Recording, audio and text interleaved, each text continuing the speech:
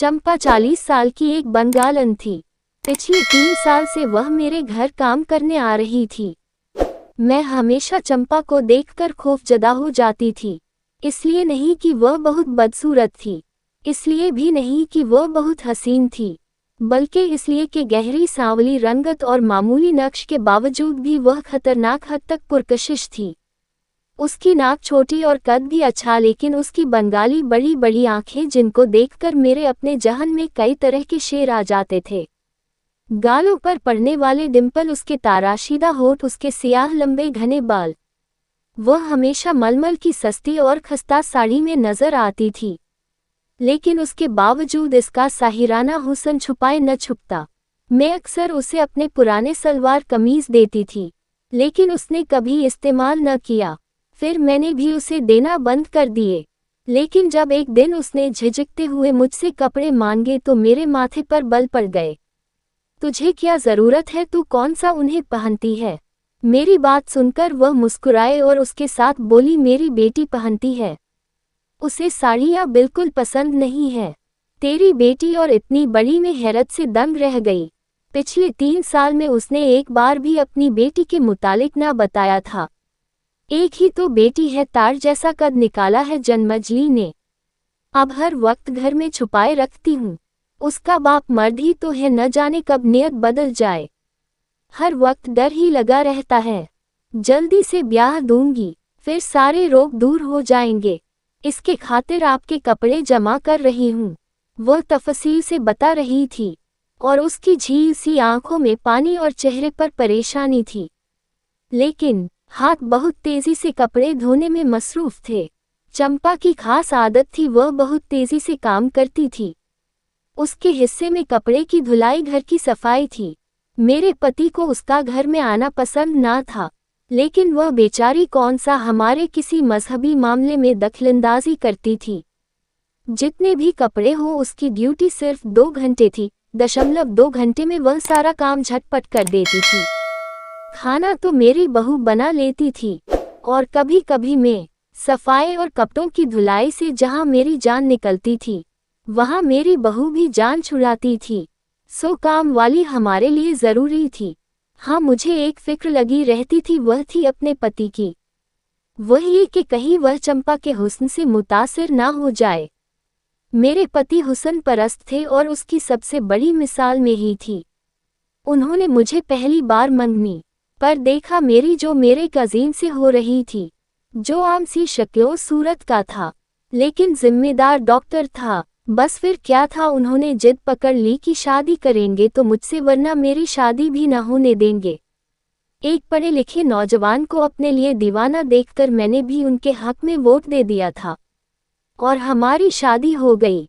लेकिन अपने पति की इसी हुस्न परस्त फितरत ने मुझे हमेशा हर खूबसूरत चीज से खौफजदा रखा, और अब चंपा से भी मुझे खौफ महसूस होता था। अगरचे चंपा के पास खूबसूरती का वह मायार तो ना था जो मेरे पास था, लेकिन बज़ाहिर खूबसूरत औरत तो अपने हुस्न का जाल फैला कर सामने से वार करती है। उससे जितना बाहर निकलो हाथ पांव उतने ही फंसते हैं। सो मुझे मालूम था, चंपा का जाल अगर फैला तो मेरी 27 साल शादीशुदा जिंदगी दाव पर लग सकती थी। मैं ये भी जानती हूँ कि यह सब मेरे वहम है। पिछले 3 सालों में एक बार भी मेरे पति ने चंपा को ना देखा था, लेकिन उनकी हुस्न परस्त फितरत का खौफ मुझ पर इस कदर हावी था कि मुझे हर वक्त यही डर लगा रहता था कि उन्होंने कभी उसे गौर से देख लिया तो उसकी आंखों की झीलों में डूब जाएंगे, और अगर निकले तो गालों के भावर में फंस जाएंगे, और रहे सहे होश तो जुल्फों में बेबस होकर बेदम हो जाएंगे। अब आप सोच रहे होंगे कि मुझे चंपा से इस कदर खौफ है, तो फिर तुम उसे निकाल क्यों नहीं देती? उसकी पहली वजह तो यह है कि आजकल नौकरानियों का मिलना बहुत मुश्किल है, और हम जैसी नखरीली बेगमात का गुजारा नौकरानियों के बगैर नहीं होता। दूसरा ये कि चलो नौकरानी मिल भी जाए, लेकिन चुस्त और फुर्तीली नहीं मिलेगी। अगर चुस्ती हो तो ईमानदारी का पता नहीं। अगर यह भी हुआ तो ऐसी नज़रबाज और बुरी औरतों से पाला पड़ जाता है जो घर के मर्द को हत्या लेती है। ऐसे वाक़यात मेरे मोहल्ले में हो चुके थे। डॉक्टर सुहेल, जो कि ना सिर्फ डॉक्टर थे बल्कि उनकी बेगम भी डॉक्टर थी, उनके 2 बेटे थे। बड़ा बेटा थोड़ा रंगीन मिजाज था, उसे पर मुलाजमा ने और भी इनायत की और फिर छोटे वाले को भी फंसाना चाहा, लेकिन वो मजबूत आसाब का मालिक था। उसने नौकरानी को थप्पड़ मारा। थप्पड़ खाकर उस बदतमीज ने डरने के बजाय आसमान सर पर उठा लिया और इसी शोर में बड़े के करतूत भी खुले। फिर तो वह बदनामी हुई कि डॉक्टर साहब अपनी बची कुची इज्जत को समेटकर किसी और शहर में जा बसे। इसी तरह के और भी वाक्य थे जो मेरे जहन में महफूज थे और जिनकी बाजगश्त मुझे बेचैन रखती थी। इसलिए चंपा एक अच्छी औरत थी। उसका आंच देता हुस्न मुझे जरूर परेशान करता था, लेकिन वह नज़र बद ना थी। उसका हुलिया भी खराब रहता था, इसलिए मेरे पति की नज़र आज तक उस पर नहीं पड़ी थी। हाँ, पिछले साल मेरे बड़े बेटे ने जब उसके लंबे बालों की तारीफ की थी, तो मैंने 2 महीना में लंबे बालों और गोरी रंगत वाली हसीनो जमील नाजुक सी हुरिया से उसकी शादी कर दी कि फिर वह इधर उधर देख ही ना सका। तेरी बेटी का नाम क्या है? एक दिन उसे जल्दी जल्दी काम करता देखकर मैंने उसकी दुखती रग पर हाथ रख दिया। चंपा। चंपा आसानी से बोली, लेकिन मेरी हैरत की वजह से आंखें फैल गई। भला यह क्या नाम हुआ? माँ का नाम ही बेटी का नाम। भला उसमें और मुझ में क्या फर्क है? मेरी तरह ही शक्ल है, मेरे जैसे ही नसीब होंगे। फिर चंपा हो या रानी, क्या फर्क पड़ता है? मैंने अपने दोनों बेटे के नाम सोच समझकर इस्लामी रखे थे और छोटे का अहमद और बड़े बेटे का नाम अली है। मैं तो अफसोस से उसे देख रही थी कि क्या जिंदगी है उसकी। वह बांग्लादेश से 16-17 साल की उम्र में बिक कर आई थी और किसी तरह अपने जैसे ही बंगाली के हाथों लग गई, जिसका काम औरतों की सिपलाई था। वह शादियां करता फिर आगे बेच देता। चंपा उसको भाग गई तो उससे शादी करके अपने साथ ही रख लिया। लेकिन अब चंपा पिछले 5-6 वर्षों से उससे अलग रहती थी, क्योंकि अब वह अपनी बेटी चंपा को बेचना चाहता था। चंपा 3 घरों में काम करती थी। सुबह 9 बजे से शाम 3 बजे तक फारिग होकर अपनी बेटी के साथ रहती थी। उसका कहना था कि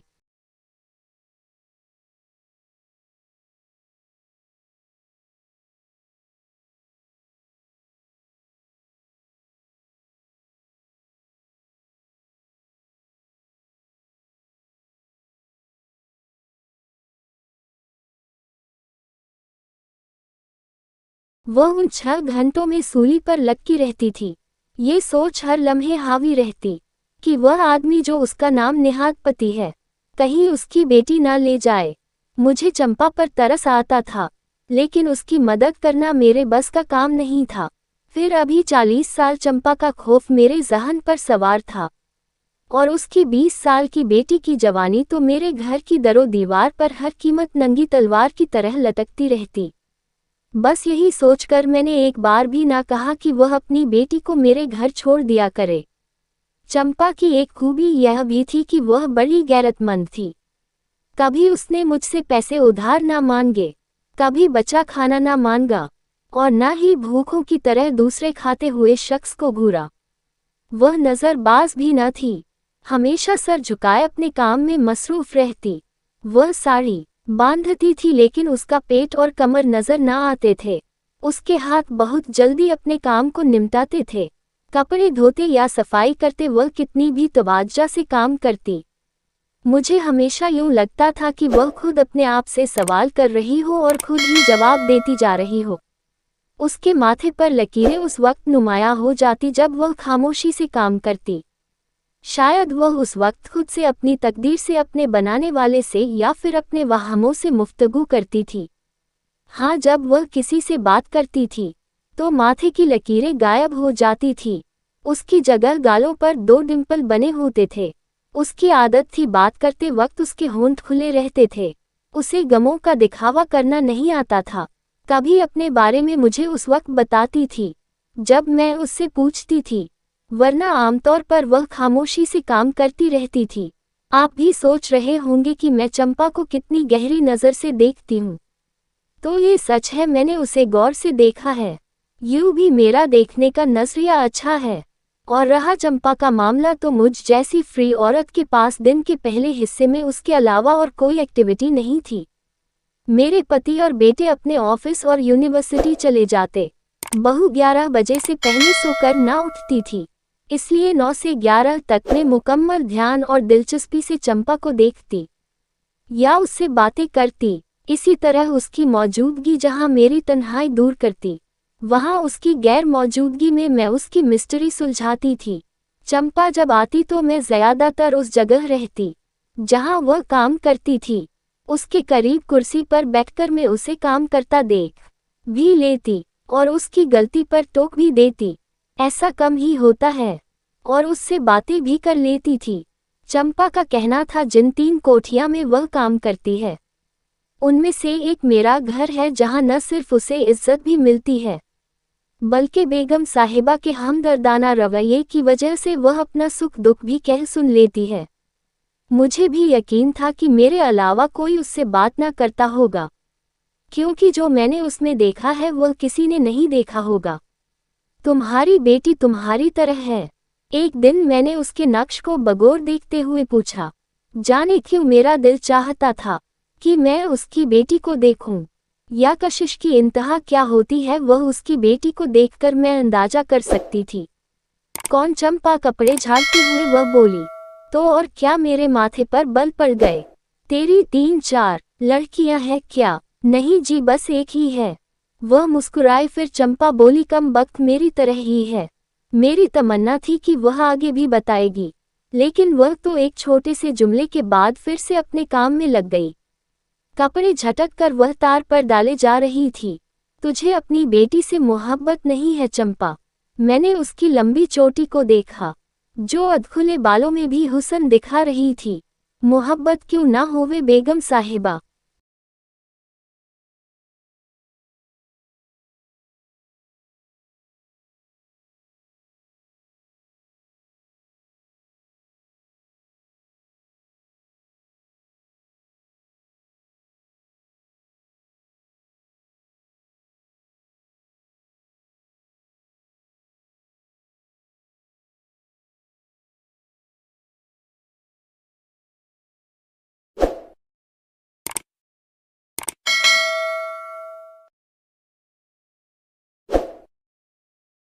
बस उसका जिक्र उसके नसीबों की याद दिलाता है तो डर लगता है। यूं भी मैंने किसी को अपनी बेटी के बारे में नहीं बताया। मैं नहीं चाहती कि बात बाहर जाए। वह थोड़ा हिचकिचा रही थी, जो मेरे लिए एक और हैरत वाली बात थी। बेगम साहिबा, आप तो बहुत अच्छी हैं। आपके घर का माहौल वगैरह भी अच्छे हैं, लेकिन बाहर कुछ अच्छा नहीं है। हम गरीबों की बेटियों की तो इज्जत ही नहीं। इसलिए वह बात अधूरी छोड़कर आह भरती हुई सामने घूरने लगी। मुझे उसकी बेबसी का एहसास तो हुआ था, लेकिन मैं कर भी क्या सकती थी।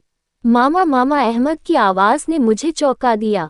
मैंने ख्यालों की दुनिया से बाहर आकर चंपा की तरफ देखा, जो कपड़े डालने में लगी हुई थी। फिर मैंने अपने होनहार बेटे की तरफ देखा। उसने यूनिवर्सिटी में टॉप किया था। कोई माँ होती तो अपनी बेटी के लिए ऐसे हीरा लड़के का ख्वाब देखती, लेकिन चंपा को उस हीरे की क्या कदर। और मैं अपनी बेवकूफ़ सोच पर खुद ही हंसने लगी और अहमद की बात सुनने बरामदे में चली आई। मुझे अहमद की तरफ से कभी फिक्र ना हुई थी।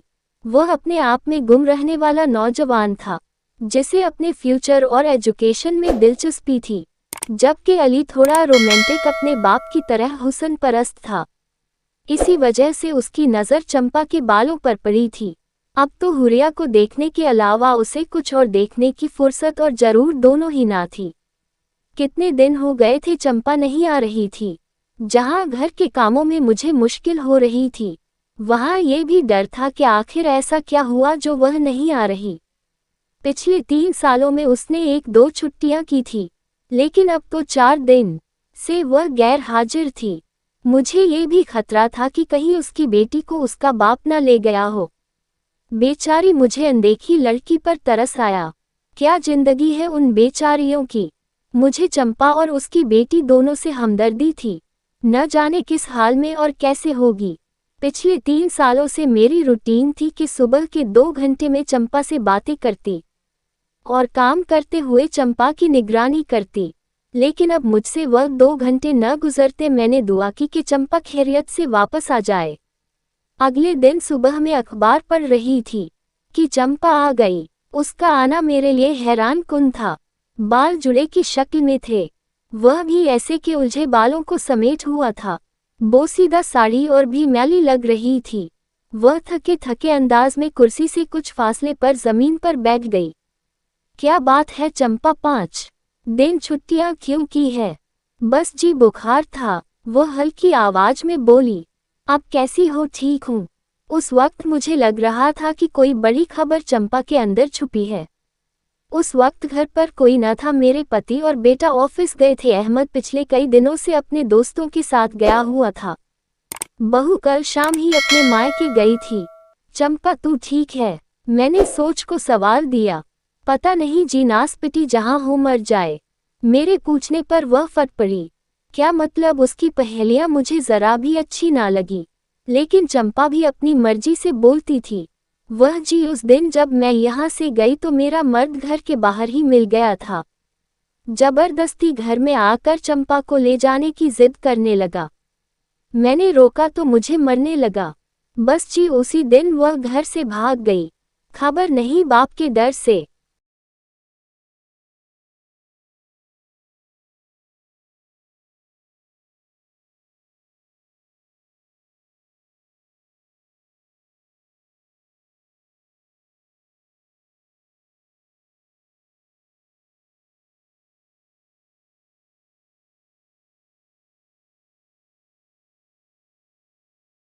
भागी या किसी यार के साथ? मुझे तो लगता है कोई था, तभी तो चली गई, वरना वह बड़ी डरपोक थी। अब चंपा रो रही थी। सब्र कर चंपा, ये भी तू देख, अगर वह ना जाती तो तेरा आदमी उसे बेच देता। मुझे ये खबर सुनकर दुख हुआ और मैंने चंपा को तसल्ली दी। अरे लेकिन मुझे पता तो होता ना, अब न जाने कहाँ कहाँ बिकेगी। इसी दिन से तो डरती थी, इतनी हिफाजत की थी। अब तो मैं बीबी जान के घर भी उसे न जाने देती थी। वह पल्लू चेहरे पर रख कर रो रही थी। वह बीबी जी, उसके मुंह से यह नाम सुनकर मैं हैरान थी। बीबी जान कौन? मैं उसके यहाँ पहले काम करती थी। विधवा थी और एक बेटा था। बेटा जब बाहर पढ़ने गया तो मैं चंपा को उनके पास छोड़कर कम पर जाती। उन्हें चंपा से बहुत प्यार था कि उन्होंने ही उसे पढ़ाया लिखाया। जाने कितनी जमातें पढ़ाए। मेरे लिए ये खबर किसी हैरानी से कम न थी। उसकी बेटी पढ़ी लिखी थी तो उनके बेटे की मौजूदगी में अपनी बेटी को वहां भेज देती थी। ना जी, वह तो 3 सालों में चंद दिनों के लिए आता था। तब मैं उसे घर में ताला लगा कर आती थी। अब तो वह भी बीबी जान के इंतकाल पर 2 महीने पहले आया था। तब से घर पर ही रहती थी, कहीं आना जाना नहीं था। चंपा कितनी घुन्नी थी, कितना कुछ छुपा कर रखती थी। मैं बेवजह उससे नाराज हो गई थी। अब तुमने ही पढ़ाया लिखाया था, जब जिंदगी का सलीका आ गया तो अपने जैसा ही चाहेगी। तेरी तरह बर्तन झाड़ू तो ना करेगी। बीबी, मैंने भी तो उसके लिए अच्छे ख्वाब देखे थे। मैं कब उसका बुरा चाहती थी? मैंने तो कई औरतों से उसके लिए बात भी की थी और फिर उसे अच्छी जिंदगी के लिए ये भी कहा था कि अगर किसी अच्छे घर का लड़का मिल जाए तो उसकी शादी कर दूंगी। वह नाक पोंछते हुए एक और खुलासा कर रही थी। तो क्या चंपा भी उन माँओं की तरह थी जो जवान और खूबसूरत लड़कों के ख्वाब देखती हैं? अपनी बातों के लिए मैंने खुद पर काबू पाया और खुला मुंह बंद कर लिया। एक दिन उल्टी उल्टी खबर आई कि चंपा मर गई और उसकी बेटी माँ की आखिरी रस्म पर आई थी। उसने किसी अच्छे घराने के लड़के से शादी कर ली थी। मुझे जहाँ चंपा की मौत का दुख हुआ, वहाँ दूसरी चंपा की नई जिंदगी का सुनकर खुशी भी हुई थी। अल्लाह उसे खुश रखे और कोई कदरदान उसे मिला हो। मेरे दिल से सच्ची दुआ निकली। मुझे हैरत थी कि मैं चंपा के लिए कितनी हसास हो गई थी। मेरी जिंदगी जो एक ही रूटीन पर चल रही थी, मुझे गम और तकलीफ का एहसास भी ना था। लेकिन चंपा की जिंदगी ने मुझे दुखों को करीब से देखने का मौका दे दिया और मुझे पता चला कि जिंदगी कितनी तकलीफ देह है। चंपा अच्छी औरत थी, सारी जिंदगी उसने गम उठाए थे। माँ बाप बहन भाइयों को छोटी उम्र में छोड़कर नए मुल्क आई थी। मुसीबतें बर्दाश्त की, लोगों के घर काम किया, लेकिन हमेशा सर उठा कर रही। फिर वह अपनी बेटी से मोहब्बत करती थी। उसने सच्चे दिल से बेटी की खैर ख़ूही चाही और खुदा ने उसकी आखिरी तमन्ना पूरी कर दी। एक मुसलमान और अच्छे घराने में उसकी शादी हो गई। अल्लाह उस चंपा को खुशी, इज्जत और सुकून दे। मुझे अनदेखी चंपा हमेशा ही अच्छी लगी थी, अपनी माँ जैसी, लेकिन उससे अलग और अच्छी किस्मत वाली। चंपा गलत कहती थी कि उसकी बेटी शक्ल सूरत में उस जैसी है, तो किस्मत भी वैसी ही होगी, इसलिए वह भी चंपा है। नहीं, चंपा गलत थी। उसकी बेटी तो चंपाकली थी। जिस लम्हे में उसकी बेटी के लिए दुआ कर रही थी, तो मेरे होठ और आंखें और सांस रुक सी गई। मेरे सामने वह जो कोई भी थी चंपा की कार्बन कॉपी थी, लेकिन नहीं, उससे कहीं ज्यादा पुरकशिश। खूबसूरत बड़ी आंखें, कभी झुकती तो कभी उठती, सांवले रंग में इस कदर खूबसूरत के उसे छूने को दिल चाहे। सियाह चमकीले बाल चोटी कंधों से होते हुए घुटनों को छू रही थी, और ताराशीदा लब बगैर किसी रंग के ही चमक रहे थे। कशिश की इंतहा क्या होगी, मासूमियत और सादगी में भी क्या परकारी होती है। आज दिखाई दिया था। चंपाकली पीले सलवार सूट में सिमटी हुई एक सवाल थी। ये कौन थी, चंपा या उसकी बेटी? माँ अहमद उसके पीछे आ खड़ा हुआ। वह सर झुकाए खड़ी थी और अहमद सर उठाए। मेरे जहन में झमाके हुए। बीबी जान का इकलौता बेटा दूसरा मुल्क, कड़ियों से कड़ियां जुड़ने लगी। अहमद का बेस्ट फ्रेंड जुनैद गुलबर्ग में रहता था। उसकी माँ को अहमद भी बीबी जान कहता था, तो जुनैद ने चंपा से शादी कर ली। मैंने एक लम्हे में बहुत कुछ सोच लिया। मामा अहमद की पुकार पर मैं एक बार फिर हकीकत की दुनिया में लौट आई।